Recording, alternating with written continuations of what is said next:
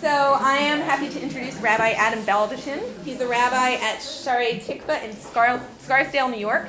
He was previously the rabbi of Montebello Jewish Center in Rockland County, New York. There he founded the Rockland Clergy for Social Justice, a group of Jewish, Christian, and Muslim clerics advocating for fair and equitable education for the public school students of East Ramapo. NPR's This American Life did a segment highlighting the education injustices that Rabbi Baldachin was working on in East Ramapo.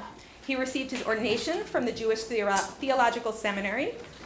During rabbinical school, Rabbi Baldachin received the Gladstein Fellowship in Entrepreneurial Rabbinic Leadership, where he gained skills to help a growing conservative community thrive. Rabbi Baldachin has also served at communities as close as Riverdale, New York, and Frederick, Maryland, and as far as Israel and Uganda. In Uganda, he worked with the Abayudaya, did I say that right? The local Jewish community, teaching Hebrew and leading services and helping to build sustainable businesses. So welcome, Rabbi Adam.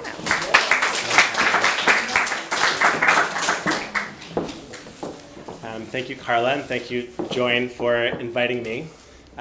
It's really nice to be here.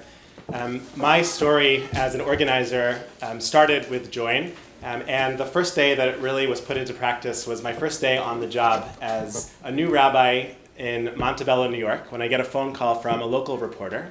And she asks me this question, what are you excited to do at your synagogue? And I talk about my love of singing, my love of teaching, my love of counseling. And she said, but what are you going to do about the school children in East Ramapo? Mm-hmm. And I said, I'm so sorry, I have another call. And I got off the phone and I said, I have no idea what she's talking about. This must be important. So I put on my Join cap. I started to do some organizing with my congregants. I asked the community members on one-on-one meetings, what keeps you up at night, right? Which is the question that Jeannie helped me to understand is the core of what it means to be not just an organizer, but a rabbi, right? Not just about justice, but about what is most important to people. And Mayor Lakin was the other voice in my ear as I was doing this. And I learned from my congregants that the biggest injustice that they saw in their lives was what was happening just 3.5 miles from our congregation in Montebello in East Ramapo, made famous by this 1-hour-long episode with Ira Glass, which all of you should listen to after my talk. And a lot of former school teachers from East Ramapo, these people were horrified that, one, kids in East Ramapo, mostly kids of color, over 90% kids of color, and low-income families, were being deprived of an education because most of the taxpayers in East Ramapo were ultra-Orthodox and Hasidic Jews who voted in order to keep taxes low so that they could continue to live their lifestyle of sending their children to expensive yeshivot, while not really paying attention to the 8,500 kids who were being deprived of education because the community voted some of their members from the private school community onto the school board. They defunded the schools, so that means that they cut social workers from the schools. They cut music and arts and sports from the schools. They cut full-day kindergarten. They took away security. They took away repairs to buildings. So we had buildings these buildings were falling apart with mold and water dripping in all the classrooms and were freezing. Students were wearing winter jackets to their classrooms. And students had 2-3 lunches a day. They had 3 study halls a day and maybe 1 class. And often it wasn't even possible to graduate in 4 years. And my congregants were astonished. And I was too. I never thought of myself as a social justice rabbi, right? Like from that phone call. And yet, that was the moment when I woke up and realized that my role as rabbi was not just to serve my congregation and to educate and to counsel. It was actually to be an advocate for justice in order to speak up for those kids that didn't have a voice. So how do we do that? So I thought about some of my colleagues that had also done the joint training.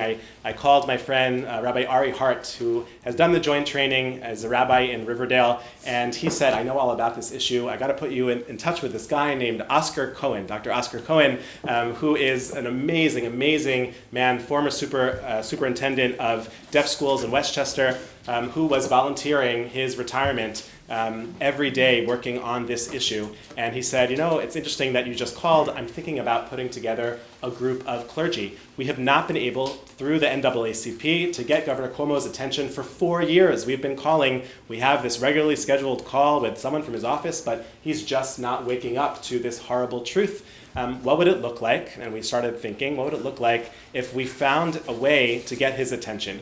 So how do we get Governor Cuomo's attention? Maybe if a group of clergy came together from Rockland County and said, this is not just a political issue, this is a moral and ethical issue, and people have to wake up to the fact that these kids are suffering and are being deprived of an education, and no one is doing anything about it. And the rabbis in Rockland County saw this as, well, I don't know if I want to get involved. Do we want to air dirty laundry? What are people going to be thinking about the Jewish community? This is just not good for the Jews. How can we stand up against other Jews? All of these things that keep us up at night. And Oscar and I and a couple of the other rabbis that had gone through joint training came together with the rest of the rabbis in the county and said, we have to get involved. This is our responsibility as Jews who see the divine image in every single human being. We have to do something. And the rabbis got involved. We got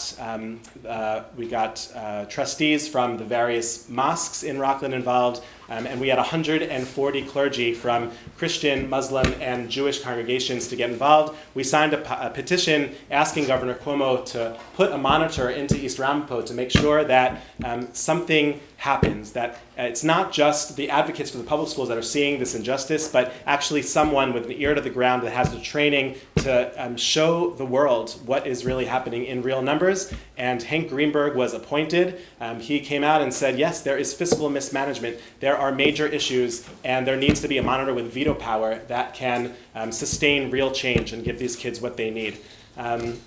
That was not the end, unfortunately. There was a lot of pushback from Republicans in Albany. I'm happy to name drop later on if you're interested in learning about some of the leaders and the speakers that are involved in creating law. We had meeting after meeting. I was in Albany 5 times that year trying to find advocates, trying to find partners in making this legislation that our local legislators had put forward to make work, and we still couldn't get it passed. There was too much pressure from ultra-Orthodox and Hasidic communities on Long Island who had the leader's ear, and he wasn't willing to budge. And he gave a lot of explanations as to why. While I was going out there, my congregation pushed back and said, Rabbi, we don't see you as much as we did before.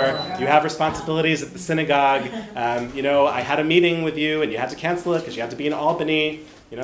What's going on in Albany that you can't be here? And I had to think about what to do. I reached out to Jeannie and to Mayor, and I reached out to my colleagues. I had also done the joint training, and I feel like I had that community that you spoke about, Carla, that I needed the strength, I needed the courage. I already had the skills to do the organizing, and so I sat with my congregants, and I said, is there a way that we can bring you in on this issue? You spoke to me once about how you felt like this injustice was your injustice. Let's hear that story. And they spoke to me about their stories. I spoke to them about what I had done in my story. And together, we convinced each other that this was the rabbi's role. That I had to go back to Albany. I had to continue to do this, even if my congregation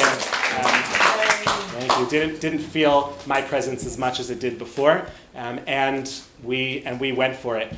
It took a long time. It took another monitor. It passed the assembly, and it didn't even get to the floor of the Senate. So back we were again for another year of legislation. We got new legislation. We compromised. There were a lot of political things that happened in between. I saw how the sausage is made. It's not pretty. But through power analyses, there are ways to figure out, and that's a word that I learned from Join, and something that I think about all the time, ways to influence politicians in order to do things that they may not know that they have to do or even want to do, but that there are ways to maneuver a situation in order to make done what needs to be done.